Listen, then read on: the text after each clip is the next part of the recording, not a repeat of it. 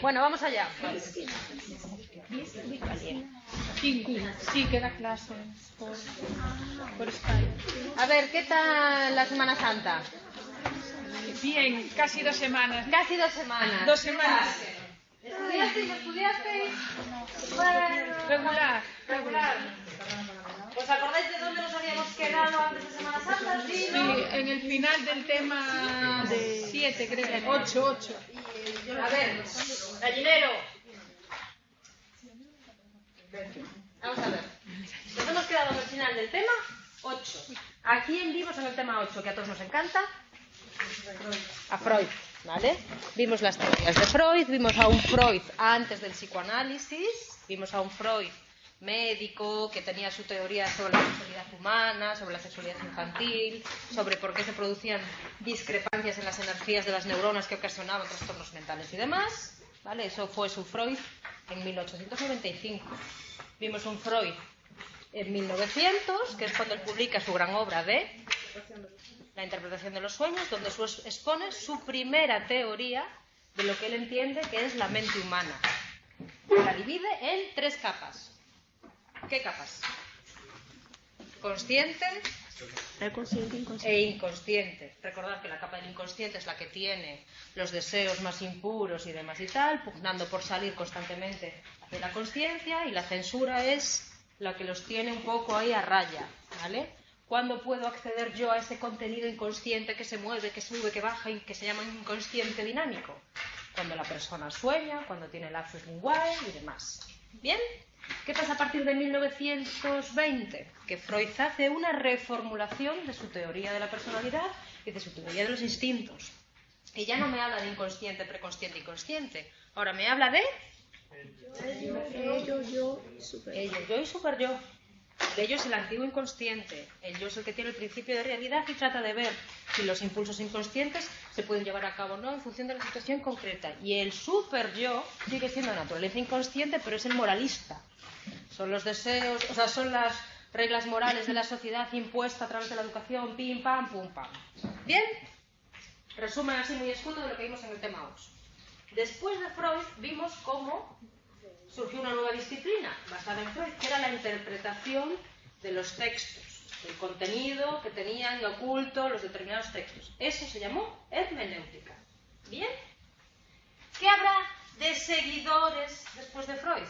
Principalmente este señor de aquí, Jung, y este señor de aquí, Adler, que toman cosas de Freud, ¿vale? Inconsciente, hola chicas, inconsciente y demás, fuerzas, pim, pam, pero las adaptan a su teoría propia. Y así, Jung, ¿vale?, me dice que no sirve la hipnosis como método terapéutico y que toda la vida emocional del sujeto no puede reducirse a energías sexuales, que es lo que me estaba diciendo Freud, ¿vale? Freud me decía que el impulso sexual era el único impulso vital que tiene el ser humano, que yo puedo dejar en estado de latencia sin que ese ser humano se destruya. Pues Gustav Jung me dice, oye, es que yo no todo lo tengo que reducir a esos impulsos sexuales. Hay fuentes de energía primigenia que él llama arquetipos, ¿vale? Y que no tienen por qué ser exclusivamente de contenido sexual, ¿vale? Los impulsos que Freud solo los asociaba a las energías sexuales, Jung los llama arquetipos, que forman parte del inconsciente colectivo de la especie humana y demás, y que no tienen que ser exclusivamente de tipo sexual. ¿Bien? Adler, ¿de qué me habla? De nuestro querido complejo de inferioridad, ¿vale? Esta es la teoría que dice él, el concepto que dice él, que dice que este complejo de inferioridad surge durante la infancia y provoca que la vida del sujeto sea un continuo esfuerzo de superación personal. ¿Qué pasa cuando yo me paso por intentar superar este complejo de inferioridad que tengo? Que viene la megalomanía, que es lo opuesto. Yo aquí me creo inferior a los demás y trato de superarme, y yo aquí me creo superior a los demás, ¿vale? Soy el mejor, el más habido y por haber. Bien, ojo, los continuadores o las teorías de Freud no solo se limitan a los continuadores directos, también va a haber reminiscencias de las teorías de Freud en teóricos que a lo mejor no dicen sus teorías hasta dentro de 20, hasta dentro de 40 años, ¿vale? Y las veréis cuando veamos las teorías de Vygotsky y de Piaget, ¿vale? Piaget habla del principio de placer en sus primeras teorías para atender el impulso básico de la actividad infantil en su primera etapa. Y Vygotsky nos habla de un mundo imaginado, o de un mundo mediado, ¿vale? Que también está presente en Freud, ¿vale? Bien, entonces de este tema 8, recordad que tenemos una primera etapa de Freud antes de que él publique la teoría de los sueños, donde nos habla de que las discrepancias entre una mente normal y una mente anormal pueden estar en las energías de esas neuronas, ¿vale? Donde nos dice cuál es el método para estudiar esa mente anormal, que primero será la histeria, después será la cura por palabras, ¿vale? Y donde nos habla de sus teorías de la seducción o de la sexualidad infantil. Después tengo una primera tópica de Freud, ¿vale? Una primera teoría de en qué se constituye la mente del individuo, ¿vale? Donde se constituye inconsciente, preconsciente y consciente, ¿vale? Y en esta primera tópica de Freud, que va desde los años 1900 a 1920, los instintos que existen son los de conservación y los sexuales. ¿Qué va a pasar a partir de 1920? Y hay una reformulación de esta teoría de aquí arriba. Ya no tengo instintos de conservación e instintos sexuales. Ahora tengo instintos de vida e instintos de muerte. Ya no tengo inconsciente, preconsciente y consciente. Ahora tengo ello, yo y superyo. ¿Veis las tres etapas diferenciadas? Una primera parte de Freud antes del psicoanálisis, que es un Freud médico, ¿vale?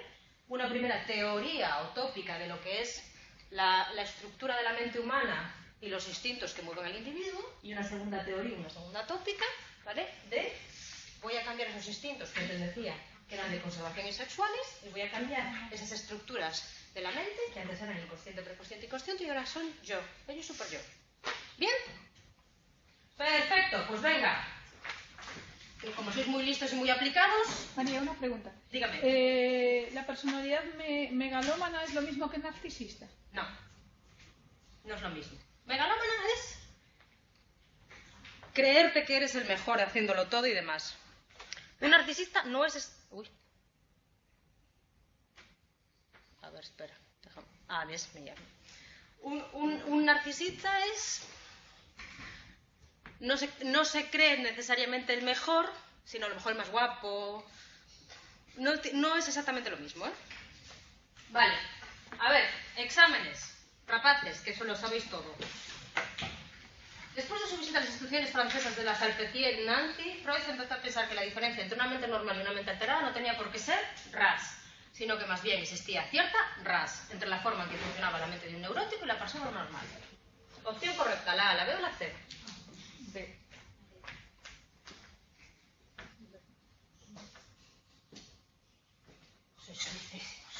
Venga. Las tres instancias básicas que representan la dinámica psíquica en la... Ojo, primera tópica freudiana son ¿qué? Consciente, preconsciente e inconsciente. Muy bien. En su proyecto de psicología para neurólogos, Freud trata de establecer una explicación del sistema nervioso basada en ¿qué? Sí. Economía, ¿vale? En energía psíquica. Antes de formular el complejo de Edipo, Freud planteó la teoría de la seducción, según la cual el niño deseaba inconscientemente poseer a la madre para sí mismo y esto provocaba que albergara sentimientos de odio y muerte hacia el padre. Las experiencias sexuales infantiles relatadas por sus pacientes no habían sido reales, sino fantasías con las que se disfrazaban deseos incestuosos hacia las figuras parentales. C. La neurosis psicológica. Cursaban con problemas de índole sexual conectados con episodios de abusos sufridos en la infancia y perpetrados por personas del entorno familiar o próximo. Muy bien, rapaces. Venga. Según la segunda tópica de Freud, el tris es la instancia más primitiva y se identifica con la fuente básica de la energía psíquica y los instintos. Siguiendo el tris, impulsa egoístamente al organismo para que éste descargue su excitación energética. Bien, lo tenéis todo controlado, ¿no? Venga. El método catártico que Freud presentaba en sus estudios sobre la histeria consistía en tras acontecimientos afectivos y dolorosos de importancia, lo cual permitía tras las emociones profundas asociadas a ellos.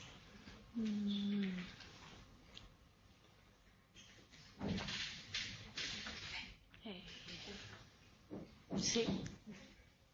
No. A, B o C, venga. Sí. Muy bien. Vale, última pregunta. Las tres instancias fundamentales de la segunda tópica de Freud son ¿qué? Sí. Bien. Vale, pues os leéis en casa, chicos, esta lectura de Freud, que es la que seleccionaron este año y que os puede caer en el examen. Bien.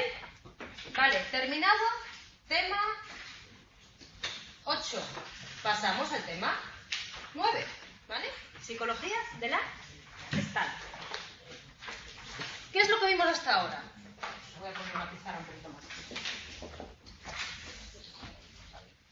¿Qué es lo que vimos hasta ahora? Vimos en el tema 5 ¿a quién?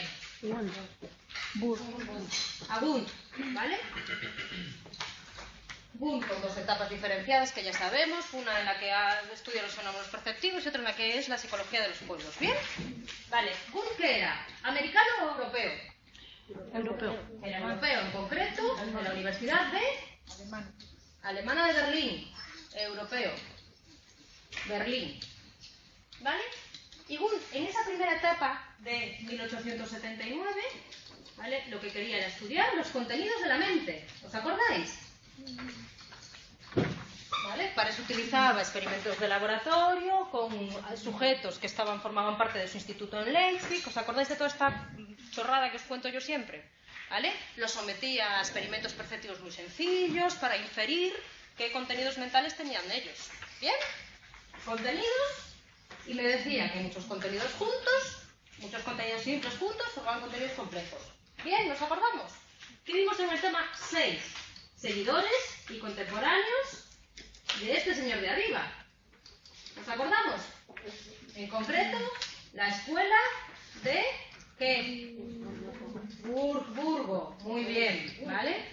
¿Qué pasaba con la escuela de Würzburgo? Que era una corriente también que europea o americana. Europea, ¿vale? Centrada en Würzburgo, que va a coger el método que utilizaba Wundt hacia arriba para estudiar los fenómenos simples y utilizarlo en el estudio de los fenómenos mentales complejos como el pensamiento, la memoria y demás. ¿Bien? ¿Qué vimos en el tema 7? Vamos, que no tuvimos tantos temas. Funcionalismo. Muy bien. ¿Qué vimos en el tema relacionado con el funcionalismo? Os pongo en el caso.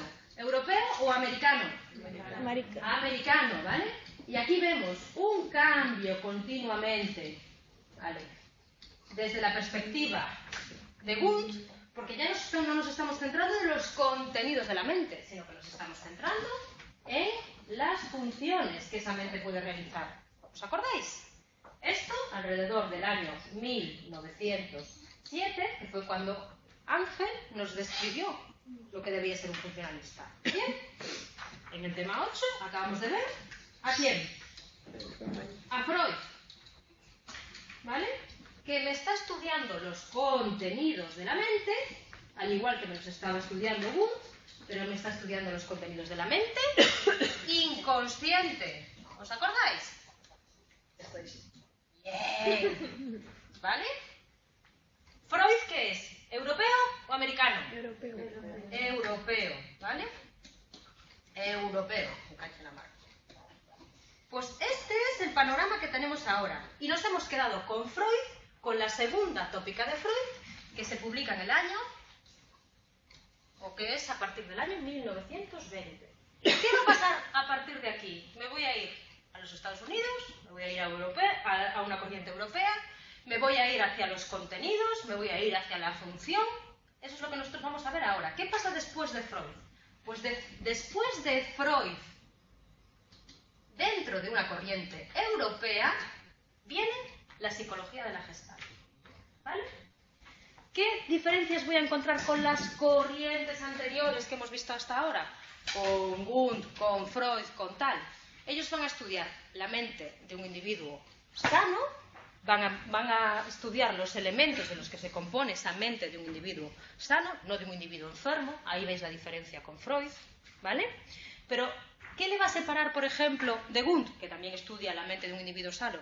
Que ellos se van a centrar en el hombre de la calle. No se van a centrar en los resultados de sujetos experimentales, entrenados, no sé cuánto, Ellos van a decir, yo voy a estudiar de qué se compone la mente de un individuo, pero de un individuo normal, no un individuo entrenado. Le voy a dar tanta importancia a esos elementos simples. No, los elementos simples son importantes siempre y cuando formen parte de un todo, que es el que le da el contexto y es el que le da el significado. ¿Bien? ¿Dónde surge la psicología de la Gestalt? Pues alrededor del año 1920 y 1930 en las universidades, ¿ves?, de Frankfurt y Berlín. Y principalmente tiene como representantes a estos señores de aquí, Wertheimer, Kafka y Kohler. ¿Qué es lo que critican, ¿vale?, estos autores de ahí, de las corrientes anteriores, principalmente de la tradición experimentalista alemana, de Wundt, que mal escribo hoy, ¿vale? Y después veremos del conductismo americano, que las explicaciones que estos sujetos dan aquí, Wundt y los conductistas americanos, se basan principalmente en dos hipótesis. Hipótesis del mosaico e hipótesis de la asociación. Oye, todos los que vinieron antes de nosotros me están diciendo que los fenómenos mentales complejos son una suma de fenómenos más simples. Y todos los que vinieron hasta nosotros me están diciendo que la unión de esos elementos se debía a elementos externos. Muchas percepciones provocan una percepción compleja, percepción y sensación provocan emoción, etcétera y demás, ¿vale? Estos señores de aquí, de la escuela de la Gestalt, me critican estas dos hipótesis de aquí. Oye, yo voy a estudiar la mente, voy a estudiar los contenidos que tiene esta mente, pero no voy a reducir los fenómenos mentales complejos o las percepciones complejas en sus elementos más simples, ni me voy a decir que esos elementos simples se unen de manera externa, ¿vale? ¿En qué me voy a centrar yo? En el hombre de la calle, ¿vale? En su experiencia directa, inmediata, ¿vale? Y no tanto en la que se da en los laboratorios psicológicos, ¿vale? Voy a seguir describiendo los fenómenos psicológicos, voy a seguir analizándolos, pero me voy a centrar más desde un punto de vista cualitativo y no voy a estar tan preocupada en ¿qué? En cuantificarlo todo, ¿vale? Y las cosas básicas, las cosas elementales o los elementos simples tendrán sentido siempre y cuando formen parte de un todo, de un contexto, de un contenido. Ese todo, ellos le llaman Gestalt, ¿vale? Entonces, Gestalt hace referencia a la totalidad. ¿Bien? El objetivo no es la descripción de los elementos o átomos que componen la experiencia, sino la descripción basada en las formas, estructuras o totalidades. Bien, esas grandes formas tienen características propias y que no se explican simplemente por la suma de las partes más sencillas que las integran, ¿vale? Este principio de el todo es distinto de la suma de sus partes es el gran paradigma. Me falta una diapositiva. Una puñeta. No, ¿dónde estás? ¿Dónde estás? Vale, está más adelante. Esa cosa de el todo es diferente de la suma de sus partes, ¿vale? Es el paradigma de todos los psicólogos que forman parte de la psicología de la Gestalt y que aplican este leitmotiv a la percepción, a la inteligencia y el aprendizaje de los animales, a la inteligencia y el aprendizaje de los humanos, a cómo se produce el pensamiento y a la psicología social. ¿Bien? ¿En qué se va a diferenciar la Gestalt de Wundt? Yo voy a analizar los contenidos de la mente, pero no voy a limitar los contenidos complejos en base a la asociación simple de los elementos simples, ¿vale? No voy a estudiar en función de los... mis sujetos experimentales no van a ser los individuos que forman parte, que forman o que van a los institutos psicológicos. Mi sujeto experimental van a ser los hombres de la calle, ¿vale? No me interesa tanto cuantificarlo todo, sino que me interesa describirlo. ¿Bien? Y esa manera de describir las cosas en función de las totalidades, del contexto en el que están insertos y demás, yo lo voy a aplicar a todas las facetas de la psicología, ¿vale? Tanto la percepción como la inteligencia humana, como el pensamiento, como la psicología social, ¿vale? ¿Por qué cambió esto? ¿Por qué surgió la psicología de la Gestalt? ¿Vale? Por un experimento muy sencillo que ellos llamaron el fenómeno phi, o movimiento aparente. ¿Vale? ¿Dónde está? ¿Qué pasa con los experimentos de fenómeno phi de movimiento aparente? ¿Qué pasa con los cinematógrafos antiguos? Vosotros cogéis muchas imágenes en un libro, las pasáis así, ¿vale? Y veis cómo se genera sensación de movimiento. Pues ellos se basaron en eso a la hora de decir, oye, no me podéis decir que la totalidad es la mera suma de los elementos simples, porque yo sumando estos elementos simples no tengo movimiento. No hay movimiento en esas imágenes que yo estoy pasando rápido. Sin embargo, cuando lo hago a una determinada velocidad, sí que genera una sensación de movimiento. ¿Qué pasa con estas barras luminosas? ¿Vale? Ellos pusieron dos ranuras, una aquí, ¿vale? Y estuvieron jugando con el tiempo en el que iluminaban a esta e iluminaban a esta. Y comprobaron cómo, en función del intervalo que dejaban pasar desde esta a esta, ellos podían generar la sensación de que esta barra se desplazaba. Entonces, todo lo que me está diciendo Gunda hasta el momento no es cierto, porque si yo lo aíslo en sus elementos más sencillos, aquí no hay movimiento. Sin embargo, el ojo percibe movimiento. Entonces, tiene que haber algo más que sea la mera suma de las partes elementales, ¿vale? Para explicar esto de aquí. Bien, pues ese leitmotiv de que el todo es diferente que la suma de sus partes, vamos a ver cómo la psicología de la Gestalt nos lo aplica a lo que es la percepción, ¿vale? Gracias a este señor de aquí. Este señor de aquí promulgó una serie de leyes, ¿vale? Que se le llaman, bueno, leyes de la Gestalt y que aplican a lo que es la percepción de objetos, ¿vale? Y nos dice lo siguiente.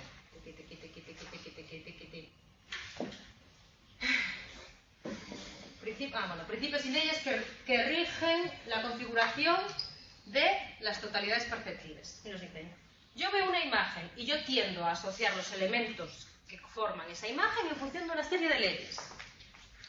Ley de la proximidad. Estímulos que están próximos a otros tienden por lo general a aparecer ante el observador como agrupados. ¿Vosotros qué es lo que veis aquí? Columnas. Nosotros no vemos filas. ¿Lo veis? ¿Por qué? Porque este punto y este están más juntos que este punto y este. ¿Lo entendéis? Ley de la semejanza. En igualdad de condiciones se presentan como agrupados los estímulos que son similares. ¿Qué tendéis a percibir aquí? Esto como un estímulo y esto como otro. ¿Por qué? Porque estos estímulos individuales son iguales. ¿Lo entendéis? ¿Vale? Otra ley de la percepción de la Gestalt. Ley de la continuidad. ¿Vale? Ley de la dirección. Se tiende a percibir como agrupados los elementos que comparten la misma dirección. ¿Qué tenéis a percibir vosotros aquí? Una X. ¿Sí? Sin embargo, esto es de un color y esto es de otro. Ley del cierre. Las figuras cerradas tienden a percibirse unitariamente. ¿Vale? El resumen de todas las leyes que decía Wertheimer que se aplicaban a la percepción de los estímulos, ¿vale? Se resumen en la ley de la buena forma o de la Gestalt, que dice que las percepciones tienden siempre a organizarse en las formas más simples, regulares, simétricas y equilibradas posibles. Primera aplicación de las leyes de la Gestalt, ¿vale? A lo que es el fenómeno perceptivo. ¿Bien? No termino de ver la ley del cierre. ¿Tú qué tiendes a ver aquí? ¿Un cuadrado? Está abierto. Está bien. Es que, por ejemplo, el libro tampoco se ve del todo abierto y no... Claro. Tú tiendes siempre... Eso es como imagínate que yo te pongo un corazón y a lo mejor no te lo cierro del todo, pero tiendes a percibirlo como cerrado. ¿Vale? Bien. Esto nos lo dijo Wertheimer. Esto nos lo dijo en las leyes de la Gestalt, pero no fue el único que se interesó por los fenómenos perceptivos, ¿vale? Ahí tenemos a este señor de aquí, Rubin, ¿vale? Que es el famoso que promulgó la figura esta de fondo, figura y fondo, que nos dice que todo se tiende a... ¿Me saldrá? Sí, en dos planos, el de figura y el de forma. ¿Vale? Lo que ocupa el primer plano atrae inmediata la atención, posee contornos bien nítidos y tiene forma definida, mientras que la otra es el fondo sobre la que figura se recorta que está desprovisto de forma. ¿Vale? Tú puedes percibir aquí un vaso o puedes percibir dos caras en función de lo que tú percibas como fondo y lo que percibas como figura. ¿Bien? Segunda aplicación de la teoría de la Gestalt. ¿Qué pasará con el aprendizaje animal? ¿Dónde nos habíamos quedado nosotros con el aprendizaje animal? En las cajas problemas de Skinner. ¿Os acordáis que metían gatos en... Thorndike es con las palomas, Skinner es con los gatos, ¿vale? Metían a los gatos en unas cajas problemas para que buscasen la salida, ¿vale? Y a partir de ahí inferían si había inteligencia animal o no. ¿Qué va a pasar con este señor de aquí? ¿Qué es lo que nos va a criticar de los experimentos de Skinner? Oye, estáis utilizando un entorno que para los gatos es totalmente artificial. No están familiarizados con él. No podéis inferir que haya inteligencia animal basándose en eso. ¿Por qué? Porque lo que estáis diciendo es que aprenden un poco a lo loco, en función del ensayo y error. Él estudia la inteligencia de los chimpancés, ¿vale? Pero siempre en un entorno natural, ¿vale? Y les pone problemas para que ellos resuelvan con herramientas con las que están familiarizados, cuerdas, cajos y palos, ¿vale? ¿Ejemplos de las tareas que le ponían? Pues alcanzar un plátano que se encuentra fuera de la jaula o utilizar cañas de bambú para acercar la fruta, ¿vale? A partir de estos experimentos en un ambiente natural, con unas herramientas familiares y demás, Kohler nos dice que sí hay comportamiento animal inteligente y que no tiene nada que ver con el ensayo y error de las cajas de Skinner. ¿Lo entendéis? ¿Vale? Esto es una aplicación del principio de la Gestalt, de estudiar las cosas en su ambiente natural, de que sean lo más sencillas posibles y demás, ¿vale? Aplicado al comportamiento animal. ¿Bien? Aplicación de las leyes de la Gestalt o del movimiento de la Gestalt a lo que es la inteligencia humana, gracias a este señor de aquí, Kurt Kofka.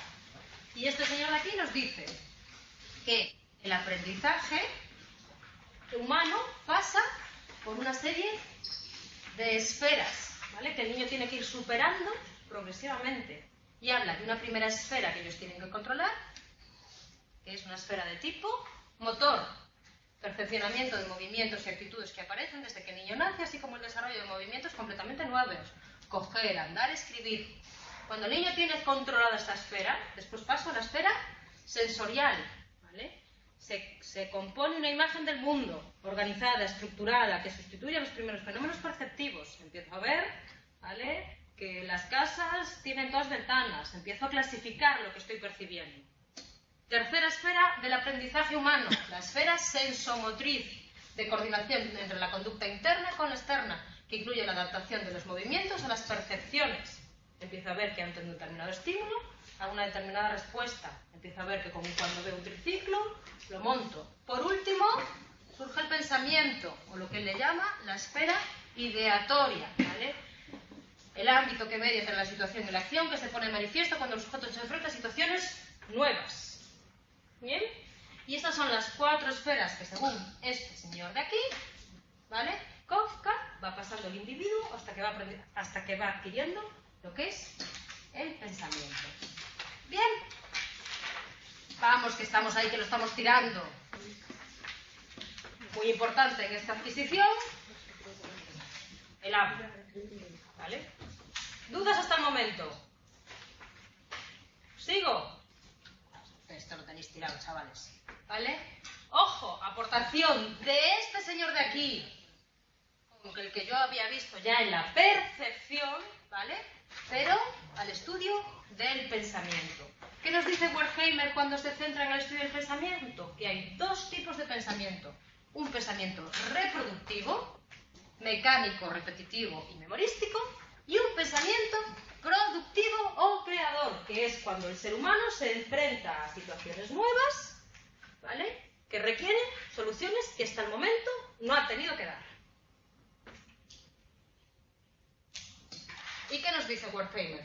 Que existen procesos de pensamiento productivo, que las operaciones esenciales de esos pensamientos productivos se adecúan a la estructura de la situación. Este estudio de la educación hace que la función de las características globales y no a sus partes, ¿vale? En estos procesos intervienen operaciones asociacionistas tradicionales, pero siempre en función del todo al que se trata en cada caso y que se desarrolla de una manera coherente. Que el pensamiento productivo es una actitud sincera y no meramente aparente del compromiso con la verdad estructural por parte del individuo. Chao, pescado, bacalao. ¿Vale? Última aplicación de la Gestalt, de lo más simple, de lo más no sé cuánto, al todo, a la totalidad, a la psicología social, me la va a dar este señor de aquí. La teoría del campo de Kurt Lewin. Este señor estudia motivación, personalidad y demás, ¿vale? Pero se le conoce por esta teoría del campo, que es principalmente de origen o de explicación de una psicología más de tipo social, ¿vale? No se centra solo en el individuo, se centra en el individuo y en sus circunstancias. Lo que él llama espacio vital, ¿vale? No se centra tanto en estudiar qué es lo que pasa por la mente del individuo, como lo que pasa por la mente del individuo cuando se enfrenta a una determinada circunstancia, cuando tiene una serie de círculos que le rodean, ¿vale? Todas las fuerzas que confluyen en un determinado momento en un individuo, se llama espacio vital. ¿Bien? ¿Y qué nos dice Kurt Lewin con la teoría del espacio vital? ¿Vale? Que las demandas, la interacción entre la persona y el entorno, ¿vale? Hay momentos en los que se encuentra en equilibrio y hay momentos que se encuentran en desequilibrio, porque a lo mejor hay demandas externas que exceden a las capacidades del individuo, o hay demandas internas que la parte externa no me sabe comprometer. ¿Qué pasa cuando sucede eso? Que se produce una tensión y que el individuo se mueve bien internamente o bien externamente, ¿vale? Para aliviar esa tensión. ¿Bien? Esos conflictos entre el individuo y las circunstancias que le rodean pueden ser de este tipo. Aproximación, aproximación, aproximación, evitación y evitación, evitación. En función de la valencia que tengan para el individuo. Valencia positiva o valencia negativa. ¿Cuáles serán las situaciones de aproximación a aproximación? Cuando el individuo tiene que decidir entre dos situaciones que tienen una valencia de qué tipo qué. Positivo. ¿Cuáles serán las situaciones de aproximación a evitación? Cuando yo tengo que escoger entre dos opciones, una con valencia positiva y una con valencia negativa. ¿Cuáles serán los conflictos de evitación-evitación? Cuando yo tengo que escoger entre dos situaciones o dos opciones que tienen valencia negativa. ¿Bien? ¿Lo entendemos? Pues esto es la psicología de la Gestalt. ¿De quién era el famoso triángulo que si aparece un poco torcido tendemos a...? ¿La pirámide de Maslow? No. Era el de la Gestalt, pero eran dos triángulos y si uno aparece un poco torcido, siempre tendemos a mover el... No me acuerdo bien. ¿Qué había dentro de ese triángulo? Era un triángulo, si estaba movido y tendríamos a... Ah, ese era el rollo perceptivo, ¿no? Sí. Sí. Entonces es de Wertheimer, seguro. Ajá. Ten en cuenta que las leyes para la percepción de la Gestalt se basan en la parte más armoniosa, más tal, más sencilla. Pues seguramente si me dices que es por percepción, tendremos a equilibrarlo, ¿vale? Pues eso es básicamente lo que nos dice la psicología de la Gestalt, ¿vale? Busca explicaciones al pensamiento, al aprendizaje animal, al aprendizaje humano, lo más sencillas posibles y siempre basadas en un contexto, ¿vale? ¿Cómo empezó? ¿Cómo surgió? Cuando comprobaron que lo que me estaba diciendo Wundt, de que las percepciones se basaban en elementos sencillos, eso no se cumplía, ¿vale? ¿Cuál es el principal fenómeno que explica eso? El movimiento aparente, el que vemos en los antiguos cinematógrafos. Oye, yo veo muchas imágenes superpuestas. En función de la velocidad en las que pasan esas imágenes superpuestas, yo percibo movimiento. Pero realmente esas imágenes no tienen movimiento, son imágenes aisladas. Si me meto desde la perspectiva de Wundt, yo tendría que ir analizando imagen por imagen, ¿vale? Entonces no se podría producir movimiento. La Gestalt me está diciendo, oye, es que yo estoy percibiendo algo más que la simple suma de los elementos sencillos. Hay algo que es el contexto, que es el todo, ¿vale? Que me está haciendo que yo perciba un movimiento. Eso es lo que se llama la totalidad, no sé qué, es lo que se llama la Gestalt. Ellos se aplican a percepción, inteligencia animal, inteligencia humana, psicología social, ¿vale? La explicación que van a dar siempre es basada en lo más básico, en lo más general, en lo más sencillo, ¿vale? De ahí, por ejemplo, también la principal diferencia que tuvieron con los estudios del comportamiento animal hasta el momento. No me puedes decir que un animal es inteligente si lo metes en una caja aislado de la que él no es familiar, de la que él no tiene contexto. No me puedes decir que hay inteligencia animal porque ahí lo único que hay es ensayo y error y aprendizaje de chiripa. Pero méteme a estos mismos animales en un espacio que ellos conozcan o con herramientas que estén aprendiendo a utilizar y métele retos sencillos, pues eso, buscar unos plátanos encima o cogerlos de fuera de la jaula. Sí que hay inteligencia, no hay aprendizaje por ensayo y error, ¿vale? ¡Ojo!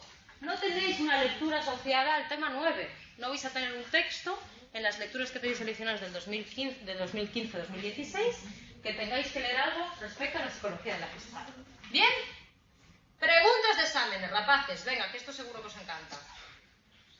El supuesto teórico según el cual los fenómenos mentales complejos consisten en una suma de contenidos o componentes elementales fue denominado por Max Wertheimer, hipótesis de...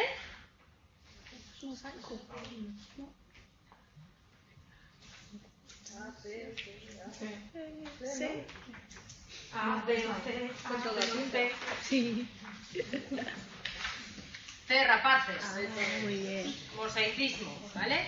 Venga. Para la psicología de la Gestalt, la experiencia, y ojo, señálame, la que no procede. Está compuesta por partes interdependientes, se da integrada en totalidad y se presenta despiezada en trozos.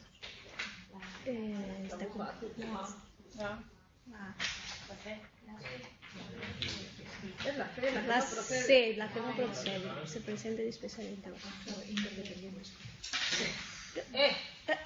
¿Qué tengo yo aquí? Muy mal, estoy muy mal. Muy mal. Esta es la verdadera.